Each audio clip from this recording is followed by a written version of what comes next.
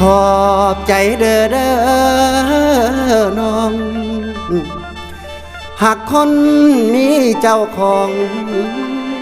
โอ้ยคืออายเจ้าบ่ว่า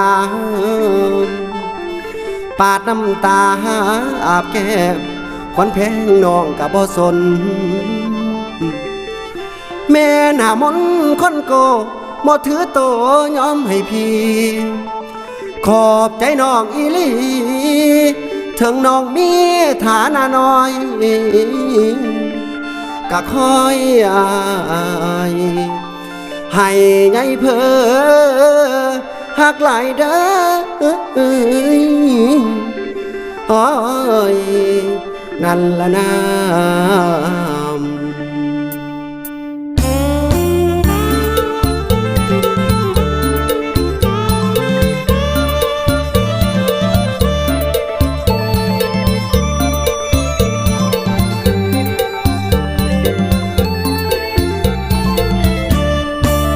เจ้าบอก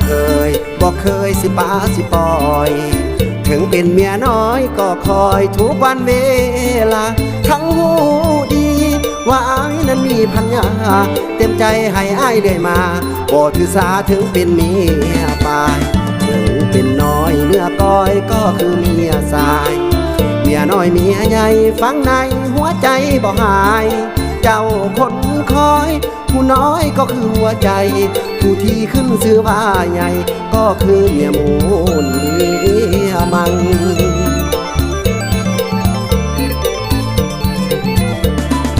ยังหักล้นหนักทั้งสองคนบ่มีมือเบื่อนายยังหักล้นหนักทั้งสองคนบ่มีมือเบื่อนายหักในใจเปิดเผยบอกกาคนตาเจ้าผู้บายแข้งเหตุใดลอยอยู่คือเมมเสียกินย้ำเพ้อละเมื่อฝันยันนี้สมตูอ้ายดูน้องเองทุกเศร้าทุกแรงแก้มแดงคอยเปิดประตูลอยอยู่ลอยกินยานแต่คนสิหูแต่น้องอดสู้ยอมทนเลื่อยมา